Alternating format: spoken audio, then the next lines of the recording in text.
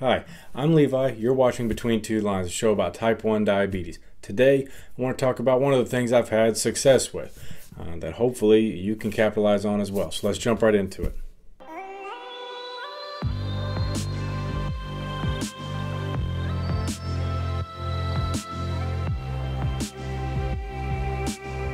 Welcome, everyone. If you are a subscriber, thank you and welcome back. If you're new to the channel, my name's Levi.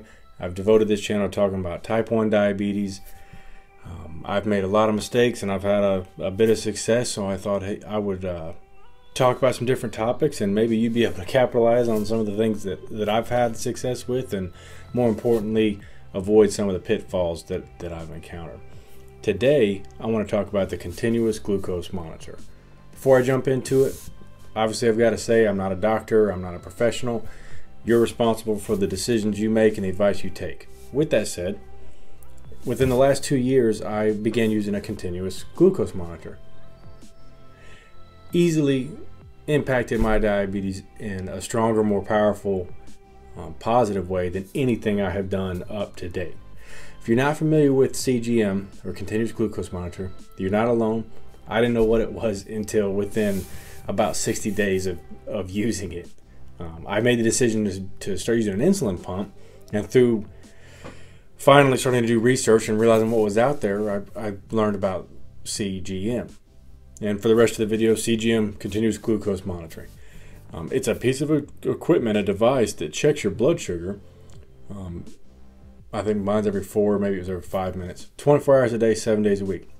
It stays on you for 7 to 10, I think some maybe go up to 14 days or longer. And it reports your blood sugar in real time, all day long, all night long, everywhere you go. It's small, it's non-invasive, people don't hardly notice it. It has no pain involved in installing it. I say no pain. If you use an insulin pump, that's more discomfort than installing the sensor for a CGM. It's cake. If you have never used a CGM, take my word for it and do the research and get started with one of them. It's unbelievable the difference it makes. I had no idea, and I don't think you can really grasp it until you've had one. Checking your blood sugar with finger pricks only, carrying around a meter, that's archaic compared to the technology available to you. It's the difference between a flip phone and having your first smartphone. Once you got the first smartphone and you're like, oh my goodness, I can use the internet, I can do this, I can do that, I got a great camera, all these things, look at these apps. You never were going to go back to the flip phone. That's kind of what happened when I got a continuous glucose monitor. You can see your blood sugar in real time. Previously, when I checked my blood sugar, if I checked my blood sugar, it would just give me a snapshot of where I was at. 155.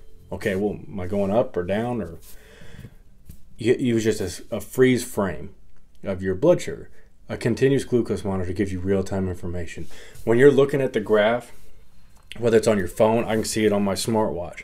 You can see the moment that the food you ate impacts your blood sugar and it starts to rise. You can see the moment that the insulin that you've given starts to impact your blood sugar and bring it back down in real time. It's unbelievable. Now that's kind of the features of the equipment, but the benefit to a diabetic is stability and control.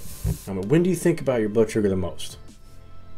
During the transitions in your day, getting ready to go to work, getting ready to start a ball game, getting ready to take a test, getting ready to go to bed. It's every time you get ready to do the next thing that as a type 1 diabetic, you have to stop and think, what's my blood sugar? Where am I at? Which direction am I headed? To make sure you're always prepared. Because the moment you're not, as you all already know, it'll rear its ugly head and make a scene. This eliminates a lot of those question marks. It's not a problem solver, but it's the information you need to have the control and the peace of mind it gives. I meant what I said. That's the one thing I would not go without. Everything we do as type 1 diabetics, everything we do is about keeping it in between those two lines.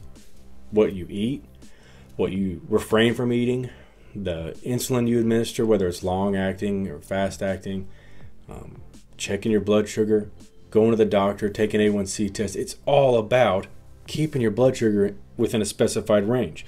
And that's the name of the game, is keeping your blood sugar in that range.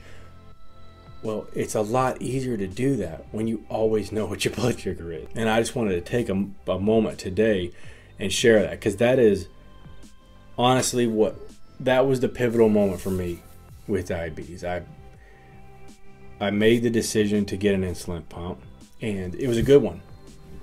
And with that decision came the decision to get the continuous glucose monitor. But it wasn't the insulin pump that really sparked my interest in taking care of my blood sugar.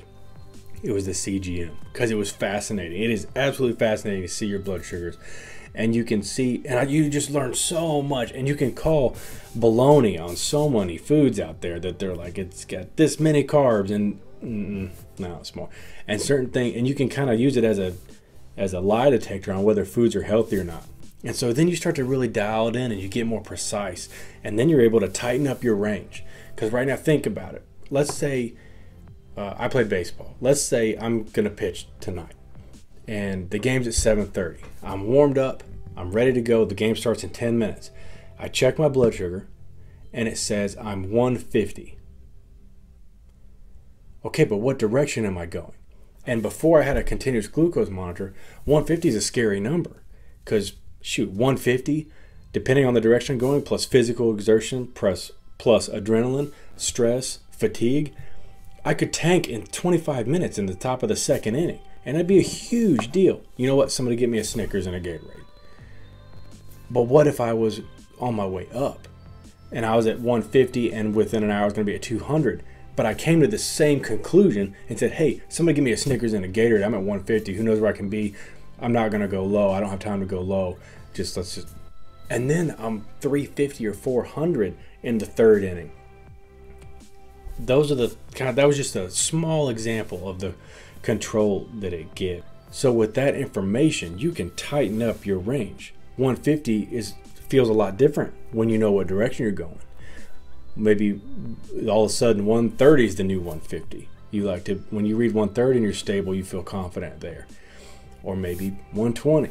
You can see where I'm going with this, is that as you tighten your range, your A1C gets better as well. If you don't have a CGM, start looking into it. This is just me talking. I've had so much success with it that it was the first thing that had to do with diabetes that I was ever, dare I say, excited about. And still do. I still think it's really cool. Next week, I'm going to talk about sports and diabetes. Sports, any kind of physical activity. It could be a team sport, individual sport, working out, lifting weights. How you manage your diabetes is extremely impactful. If you haven't subscribed already, please do. My name's Levi. This is Between Two Lines, and good luck keeping it between the lines.